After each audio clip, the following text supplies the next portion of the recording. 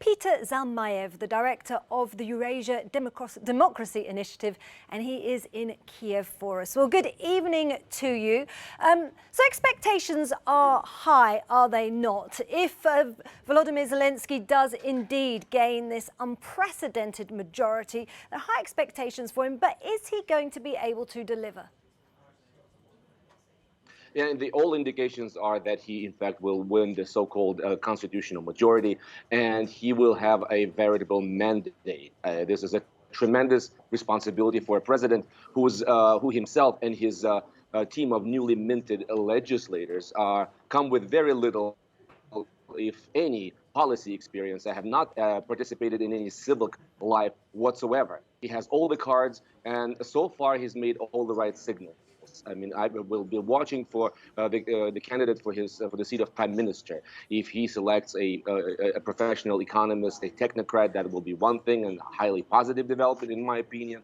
If he goes for outright political choice, that will be something altogether different. And he also has a possibility of squandering his mandate whatsoever if he listens to his advisors who are hell-bent on revenge and have called for a prosecution of former regime's officials, including the former President Petro Poroshenko himself. That can backfire when it comes to the Western opinion, that can alienate Western capitals from Ukraine, and Ukraine continues to depend heavily on Western support.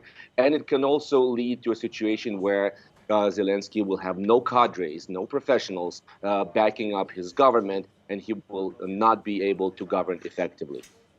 Okay, so those are some of the pitfalls he could be facing. But the vote does indicate a strong will to kind of get closer to Europe. And a poll ahead of the election showed that more than half of Ukrainians do want to join the EU by 2030. How realistic is that goal, in your opinion? Well, if we're talking about the near future, it probably is not very realistic. If we're talking about a 10 to 15-year time frame, it is probably realistic, but then, you can also have sort of 50-50 chances that the European Union will continue existing in its current shape and form. A strong sign that Zelensky will continue on this path to Euro integration will be if he decides to enter into a coalition with Mr. Vakarchuk, who is a famous rock star with his party Holos, which it translates as voice.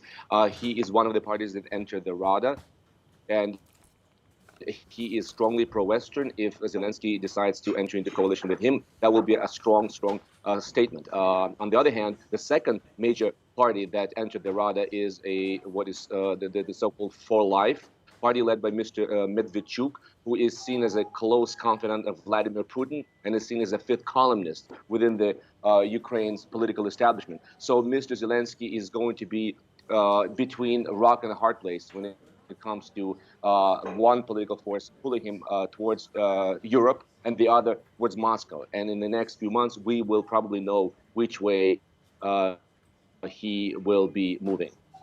Okay, potentially between a rock and a hard place. Well, Peter Zalmayev, the director of the Eurasia Democracy Initiative, thanks so much for joining us.